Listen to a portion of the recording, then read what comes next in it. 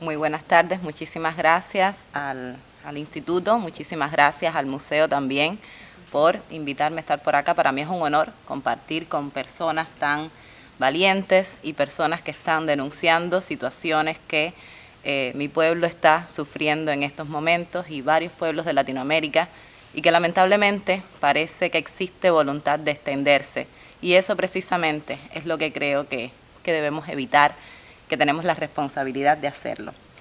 El 11 de julio del año pasado yo decidí alzar mi voz definitivamente. Yo tenía un negocio en Cuba, tenía un negocio bastante exitoso, tenía 2 de ellos, y decidí que no podía quedarme callada nunca más ante todas las atrocidades que yo vi.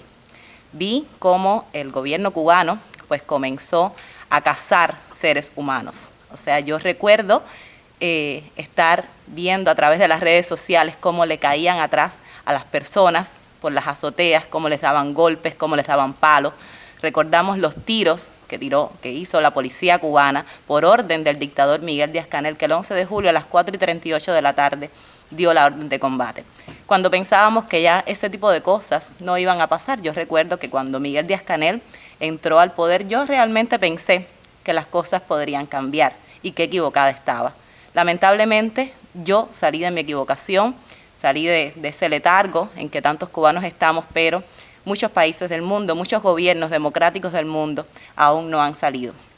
Precisamente para intentar cambiar el orden de cosas en Cuba, decidí sumarme a la Marcha Cívica por el Cambio del 15 de noviembre, aquella convocatoria que fue fallida, que finalmente no pudimos salir, pero que yo creo que también demostró que el régimen cubano ejerce sobre la ciudadanía el terrorismo de Estado.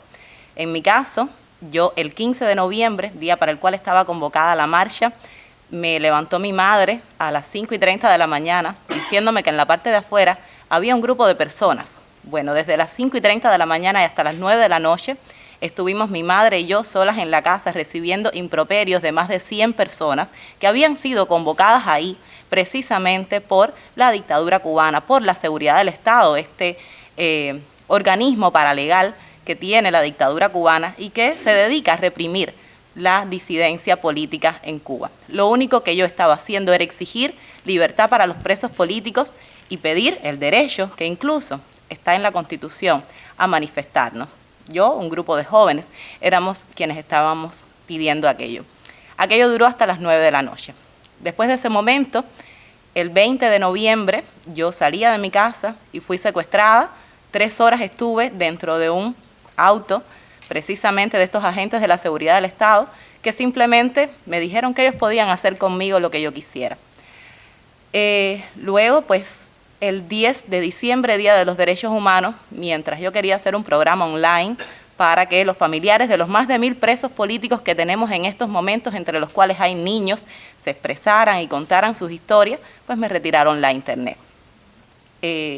Luego de ese día, el 14 de enero, mientras iba a llevar unos habeas corpus por familiares de presos políticos que habían sido detenidos mientras asistían al juicio, a los juicios circo de uno de los presos políticos, Andy García Lorenzo, pues mientras yo iba a llevar esos habeas corpus, yo que mido 1,64 y peso 50 kilogramos en mis mejores momentos, fui detenida por 7 agentes de la seguridad del Estado que me interrogaron por más de 7 horas. Ese no fue el interrogatorio más largo que tuve. Yo tuve interrogatorios de 12 horas. Esto que les cuento no es nada comparado con lo que otras personas están viviendo en Cuba en estos momentos. Hay 1000 presos políticos, tenemos 999 según el último informe de Prisoners Defender, y yo siempre creo que estos informes se quedan por debajo de la cantidad de presos políticos que tenemos exactamente. Esas personas que están en las prisiones están en lugares donde se tortura, y por supuesto organizaciones de derechos humanos como Cubalex, como Justicia 11J y muchísimas otras también que tenemos, pues han documentado todas estas situaciones que están pasando. Tenemos acá el caso de Antúnez, preso político, y que precisamente puede hablar de todo esto y que ha vivido en las peores condiciones del presidio político realmente. Y esta es la situación, o sea, esto que les cuento, que todavía no para aquí.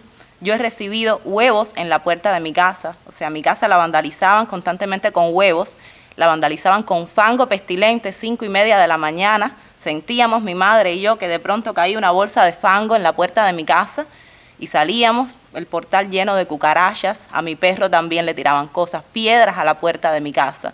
Y esta situación no es exclusiva de mí. O sea, no soy la única persona en Cuba que estaba viviendo esta situación. Es una situación que por años se ha repetido y que sí, en efecto, es terrorismo de Estado. Porque el régimen cubano precisamente es un régimen terrorista y por eso tiene que seguir en la lista de países terroristas. Esta es la situación que viven muchísimas personas, muchísimos disidentes, familiares de presos políticos en estos momentos y que no tienen más justicia que la denuncia que podamos hacer unos cuantos a través de las redes sociales. No tienen lamentablemente más justicia que alguna que otra denuncia que se haga desde organizaciones internacionales, pero que no tienen suficiente fuerza. Nosotros sentimos, yo lo estaba sintiendo, yo llegué hace solamente 3 semanas, por supuesto, expulsada, exiliada por el régimen cubano. No, sentimos que tenemos cierto desamparo y vemos con mucho dolor y mucha tristeza situaciones como la declaración del Papa ayer. Vemos también como algunos medios de prensa hablan de nuestra situación minimizándola, cuando por supuesto en otros lugares sabemos que existen crímenes también, sabemos que existen acciones contra la disidencia política, pero en Cuba llevamos 63 años, señores. Llevamos 63 años y además es algo que la dictadura cubana planea extender, al parecer, por toda Latinoamérica.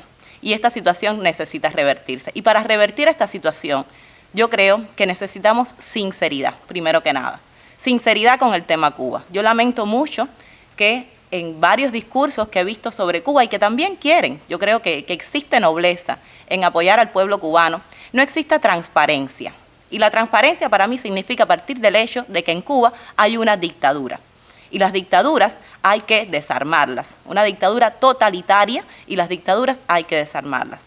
Hasta tanto no se siga, o sea, no se diga con sinceridad que en Cuba hay una dictadura y como tal se trate, pues yo creo que no vamos a poder trabajar activamente contra esto que yo creo que es evidente que necesitamos tumbarla. Por Cuba, por los cubanos, por Nicaragua, por Venezuela, por todos los países de Latinoamérica, México, que también ahora está acercándose al gobierno cubano. Muchas gracias.